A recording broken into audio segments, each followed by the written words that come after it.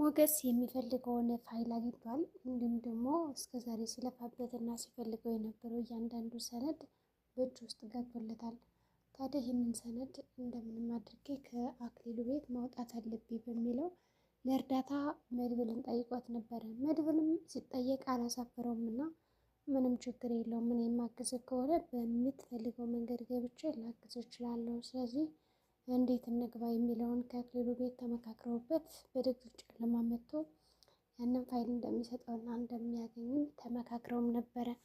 መድብልም በቃሉ መሰረት ወደ እነ ሞገስ ቤት በጨለማ መጥቶ ከዛ ቤት ለመግባት ሲሞክር ታዲያ አክሊሉ ከተወሰነ ጊዜ በኋላ በተለይ ደግሞ እነ ሞገስ እዛ ቤት መጥተው ከተከራዩ በኋላ ቤቱ በተደጋጋሚ እየተደፈረ እንደሆነ ተገንዝቧል። እናም ይህ ሰው ማን ነው እንደዚህ ይህን ያክል እኔ እግሬ ጠብቆ ወይም ደግሞ የት እንዳለውና ወዴት እንደሚሄድ አይቼ ማስተካከል አለብኝ ብሏል ማለት ነው። እናም አክሊሉ እንደተለመደው አሁን ላይ ሌሊት ላይ በተለይ ምንም አይነት እንቅልፍ እየወሰደው አይደለም። ምክንያቱም ነገሮችን እያስተካከለ ነው። ከዛ በተጨማሪ ደግሞ ማን እንደሆነ ማወቅ ስላልቻለ ቤቴን መጠበቅ አለብኝ፣ ሀብትና ንብረቴን ካላስከበርኩማ ምን ወከልኝ በማለት ሌሊቱን ሙሉ ቁጭ ብሎ ቤቱን፣ ግቢውን ወዘተ ተከራዮቹን እየፈተሸ እየዞረ ነው የሚያድረው። በዚህም መካከል ታዲያ አጅሬ እንደተለመደው በግቢው ዞር ዞር ሲል ያልታሰበ እንግዳ ወደ ግቢ አጥር ዘሎ ሲገባ ይመለከታል። ከዛም ከተመለከተ በኋላ ማን ነው እየሰው ማለት ቆም ብሎ ሊጠብቀው ይችላል ማለት ነው። ከገባም በኋላ ግቢ ውስጥ እንግዲህ ለካ አንተ ነህ ወይ በድቅድቅ ጨለማ እንደዚህ የምትደፍረኝ ማንህና ነው? እኔ አክሊሉ እንደሆን ካላወቀኝም ማለት ነው። ስለዚህ እኔ እናንተ እንዋጣታለን ይልና ቦክስ ይገጥመዋል ማለት ነው። አክሊሉ በመጀመሪያ አተኮሰበት። የሚገርማችሁ ነገር ፊት ለፊቱ ቆሞ አይቶት እንኳን በቦክስ ነው መጋፈጥ የፈለገ እንጂ ተኩሶበት ቢሆን ኖሮ መድብል አይተርፍም ነበረ። ስለዚህ መድብልም በቻለው አቅምና ጉልበት ነገሮችን ለማስተካከል ሞክሯል። እንዲሁም ደግሞ በተቻለው አቅም ላለመጉዳት ሞክሯል። አክሊሉ ግን ይህ ልጅ ሰባብሬ ነው እንጂ የምጥለው በድቅድቅ ጨለማ እንደዚህ እየገባ እኔን እየበጠበጠኝ እየረበሸኝማ በሰላም እዚህ ቤት ሊወጣ አይገባም የሚለውን ነገር ስላወቀ ወዲያውኑ ትልቅ ዱላውን መዘዝ ያደርጋል ማለት ነው። እንግዲህ ያው መድብልም ያደረገው ነገር ምንድን ነው? ከዛ ጋር ዱላ ሲመዘዝበት በቻለው አቅም ለመከላከል እና ራሱን ለመጠበቅ ሞክሯል። ራሱን ከጠበቀ በኋላም ያው ትንሽ ተጎረድተዋል ማለት ይቻላል። በዱላ አንድ ጊዜ ዥልጥ ሲያደርገው ዱላውን ለቀም አድርጎ ይዞታል። እናም ሊመታለት አልቻለም ነበረ። በተመሳሳይ ሰዓት ያው ዱላውን ቢሰነዝርበትም ዱላውን ሰባብሮ ወደ ጎን ካደረገም በኋላ በቦክስ ተገጣጥሟል ማለት ነው። ቦክሱም ከባድ ነበር። እንግዲህ መድብልም አክሊሉም ሲጋፈጡት ነበረ። ታዲያ ይህንን ጠባቸውን የሰማችው ኤፍራታ ከባሏ ጋር ስትጨቃጨቅ ነበረ። ለምንድነው ታምሪያለሽ እና ቆንጆ ነሽ የማትለኝ? ምንስ ተገኝቶ ነው በዛ ላይ እያለች ስታማክረውም ነበረ።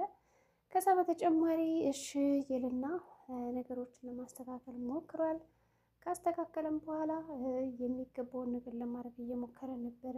በዛ ምክንያት የሚፈልገውን ነገር አግኝቶ እንዲሁም ደግሞ ኤፍራታም ሉላን ቆንጆ ነሽ ስትላል ነበር፣ እኔን ደግሞ እያጣጣልከኝ ነበረ እያለችው ነበር። እንግዲህ ከመተኛታቸው በፊት ምንድን ነው በፊትሽ ተደጋጋሚ እየዞርሽ የምተኝ? ለምንድን ነው እኔን ፊቴን የማታይኝ? ሁልጊዜ ጀርባሽን እየሰጠሽኝ የምተኝ ለምንድን ነው የሚል ጥያቄ ነው ያለው። እንግዲህ አጭሬ መርዞ እሷ ደግሞ በቃ ምን ችግር አለ? የተለመደ አይደለም፣ ጨቅጨቅ አትሆንብኝ፣ ሁልጊዜ አትጨቃጨቀኝ እስኪ እያለ ነው ማለት ነው የነበረ። ከዛም ምን ላድርግ ይለዋል ማለት ነው። እሺ የምትፈልገው ነገር ካለ ምንድን ነው ማገዝ ነገር አለ ወይ እያለችው ብዙ ነገሮችን ስትሞክርና ስታስብ ነበረ። በተጨማሪም እንግዲህ እሺ የሚለውን ነገር አስተካክሎ መተኛ ሲጀምሩ ድብድቡን ትሰማለች። ኤፍራታ ደግሞ ባሏ ወንድ መስሏት እስኪ ውጣና ምንድን ነው እንደሄዱላ እኮ አለ በዚህ ድቅድቅ ጨለማ ማን ነው የሚጣላ? ማን ነው እንደዚህ የሚያደርገን ትለዋለች ማለት ነው። እሱ ደግሞ እኔ ምን አውቄ አልወጣም፣ ምን አገባኝና ነው የፈለጋቸውን ነገር ያደርጉት፣ አረፍ የተኝ አርፈሽ ተኝ በማለት ሚስቱን ለማስተኛት ይሞክራል። እንግዲህ ኤፍራታ ደግሞ ወሬ ጠመኝ ያለች ይመስል እኔማ እንደዚህ እየተደባደቡና እየተጨቃጨቁ አርፌ መተኛት አልችልም፣ ስለዚህ ወጥቼ ማየት አለብኝ ትለዋለች ማለት ነው። እናም ያው በሌላ በኩል ደግሞ ሉላና ሞገስም እየተጨቃጨቁ ነበረ። የቤትን ሰነድ አስመልሳለሁ ይህ ጀግና ነው እኔን መሸውዶኝ አይቀርም እያለ አክሊሉ አሁን ላይ በጭካኔ የሚያስብ ነው፣ ጨክኗል። ስለዚህ እኔ ደግሞ ይህንን ጭካኔን ማሳየት አለብኝ። ስለዚህ ያለኝ አማራጭ ምንድን ነው? ጨክኜ መጋጠም ነው፣ መፋለም ነው ይላታል። እሷ ደግሞ ሁሉም ሰው ከመሬት ተነስቶ ጨካኝ አይሆንም፣ ስለዚህ አንተ ደግሞ ጨካኝ አይደለም፣ እናም ደግሞ መጨከን የለብን በማለት ተነግረዋለች ማለት ነው። ከዛ እሱም ጨካኝ አይደለም እያልሽ ነው ይላታል። እሷም አዎ ትለዋለች፣ ሙሉ ለሙሉ ደምድማለት።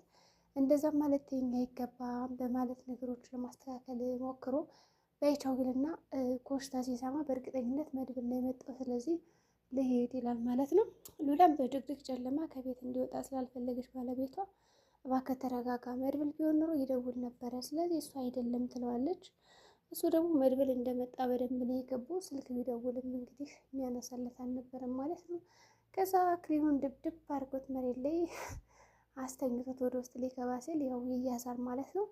በእርግጥም በጣም ነው የተደበደበው አክሊሉ። አክሊሉም ደግሞ መድብልን አለመተኮሱ እንግዲህ በጣም የሚደንቅና የሚገርም ነገር ነው ማለት ነው። እንግዲህ አክሊሉ ሰው ወይም ደግሞ የሆነ ኮሽታ ካየ ከመተኮስ ወደ ኋላ የሚገርማችሁ ነገር በዛሬው ግን አልተኮሰም እና ምንድነው ሲያደርግ የነበረው በቦክስ ሲፋለም የነበረ ማለት ነው። ቦክስ መርጧል እንጂ እንትን አላለም ነበር። የሚገርማችሁ ነገር ልምዘዝ አላለም ሽጉጥ እና በዛ ሁኔታ ነገሮቹ እንዴት ሊሆን ይችላል የሚል ነገር ጥያቄ እንዳለ ሆኖ ከዛ ወዲያውኑ መሬት ላይ ተዘሮ ያዩታል እና በእርግጠኝነት ይሄ ስራ የመድብል ነው ይላል። ሞገስ ነቃበትና ከዛ ወደ ውስጥ እናስገባው ኤፍራታ የእናንተ ክፍል ይቀርባል፣ ስለዚህ ከዛ እናስተኛው ይላታል።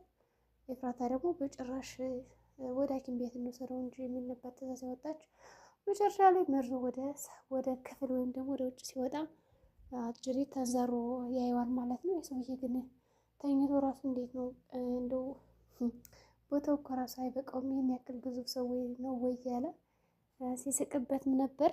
እናም ኤፍራታ ወደ ፖሊስ ጣቢያ እንወሰደው ወይስ እንደውል ወይስ ደግሞ ሐኪም ቤት እንወሰደው ስትል ነበር። ግን ሐኪም ቤት እንዲወስዱት አልፈለገም ሞገስ። ምክንያቱም እነሱ ሐኪም ቤት እስከሚወስዱ ምናምን ያለውን ጊዜ ይቃጠላል እና ዝም ብለን ወደ ክላስ እናስገባውና ውሃ ምናምን ሰጡት ይላታል። መርዞ ግን አላስገባም። በኋላ ደግሞ ቢነቃ እኔ የደበደብኩት በመስለውስ የሚል ጥያቄና ጥርጥርም ገጥሞት ነበረ። አታስብ በማለት እንደምንም ይዘውት ወደ ውስጥ ይገቡና ያስተኙታል። ወዲያውኑ ሞገስም ወደ መድብል ይሄዳል ማለት ነው። ቤሩን ከፍተው ሲገቡ የሚፈልጉትን ወረቀት አግኝተዋል። ሰገንም እዛ ተደብድባ ቁጭ ብላ ለጥ ብላ ነበረ። እንግዲህ አሰማም ነበር የሚካሄደውን ነገር እያንዳንዱ። ምክንያቱም ከዚህ በፊት ለማምለጥ ሞክራ በነበረበት ሰዓት አልቻለችም ነበር ማምለጥና ተደብድባም ነበር። በዛ ምክንያት እንቅልፍ ተኝታለች እና ያለው አማራጭ በውጭ በር መግባት ነው።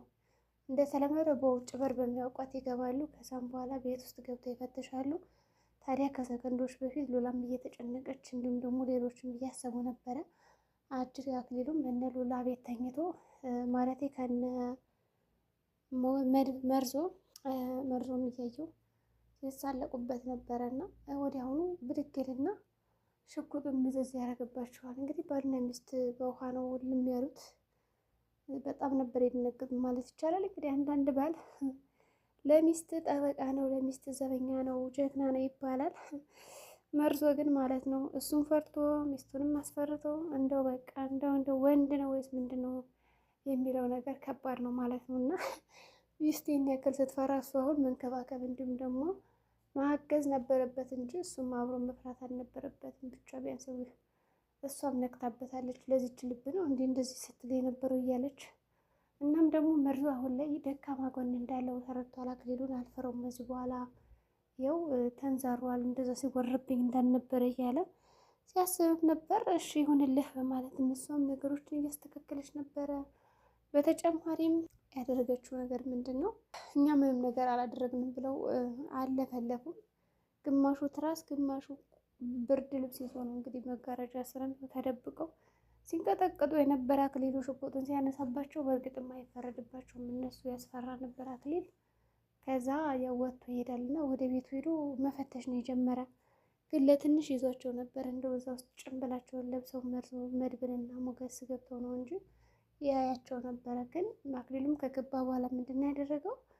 ቤቱን ቆለፈባቸው እና በውጭ በር ገብተው ከዛ በዋና በር እንውጣ ብለው ሲያስቡ የሚፈልጉትን ነገር አግኝተው መውጣት አልቻሉም። ስለዚህ ያላቸው አማራጭ በመስኮት መዝለል ነበረ። መድብል ግን ከዛ ቤት ከገባ በኋላ እና ፋይሉን ካገኘ በኋላ ልጅቷን ሳላይ አልወጣም የሚል ግምት ነበረው። ከዛ አጅሬ ሞገስም ምናልባት ተስች ሊሆን ይችላል፣ ልጅቱም የለችም ይሆናል፣ ሰገን ላትሆን ትችላለች ይችላል ማለት ነው። እንግዲህ ሰገንም አንቺ ከመጣሽ በኋላ እና እነዚህ ሰዎች ከመጣው በኋላ ቤት እየተደፈረ ነው፣ ዛሬ የመጨረሻሽ ቀን ነው ይላታል። ሰገን እባክህ ምግብ ስጠኝ እርቦኛል ብትለው እየሰጣት አይደለም፣ ቁርስሽ ጥይት ነው ያላት። አሁን አክሊሉ ይተኩስባታል።